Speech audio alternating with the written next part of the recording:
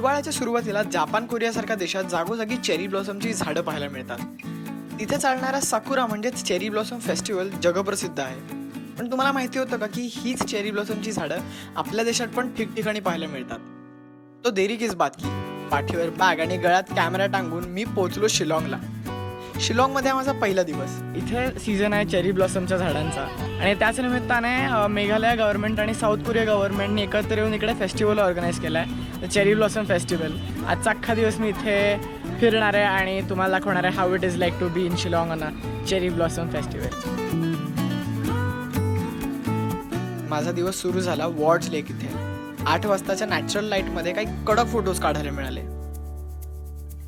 या ठिकाणी बऱ्यापैकी तरुण गर्दी होती.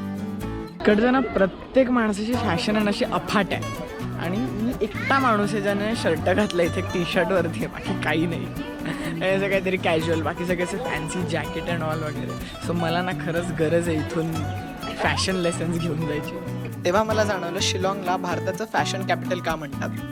दुपारी मी निघालो चेरी ब्लॉसम फेस्टिवलच्या मेन ग्राउंडकडे. एकंदरीत वातावरण चेरी ब्लॉसमच्या थीम सोबत जात नव्हतं, पण ते जे काही होतं ते फार मजेशीर होतं. सगळीकडे पूर्वांचलच्या गोष्टींचे स्टॉल्स लावले होते. फूड सेक्शन तर अजबच. इथल्या बऱ्याच पदार्थांची नावं मलाही माहिती नव्हती.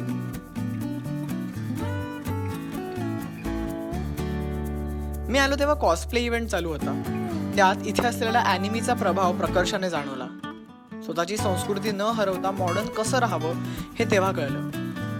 मुलांप्रमाणे इथल्या मुली सुद्धा फार कॉन्फिडेंट होत्या आणि कोणती भीती न बाळगता या वातावरणाची मजा घेत होत्या.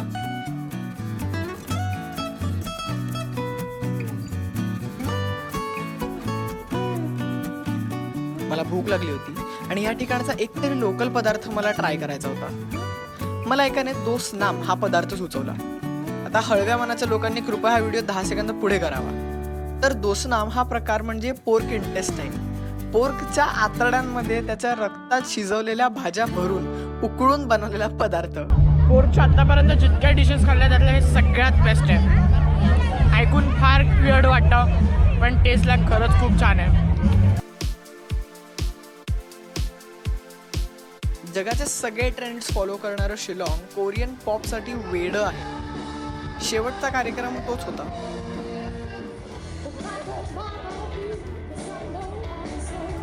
मला के पॉप मधलं शष्प काही कळत असल्याने मी इतरांसारखा फार काही एक्सायटेड नव्हतो, पण त्यांची के पॉपची क्रेज पाहण्यात फार मजा आली. इतक्या गर्दीत रात्रीची कडकडीत थंडी अजिबात जाणवत नव्हती आणि माझा दिवस संपला त्याच कॉन्सर्टमध्ये के पॉपवर बेफान नाचणाऱ्या शिलाँग सोबत. माझा आजचा दिवस संपतोय. Signing off today. Bye bye from Shillong. Like करा, शेअर करा, व्हिडिओ सबस्क्राईब करा आणि मला इंस्टाग्रामवर फॉलो करा. बाय.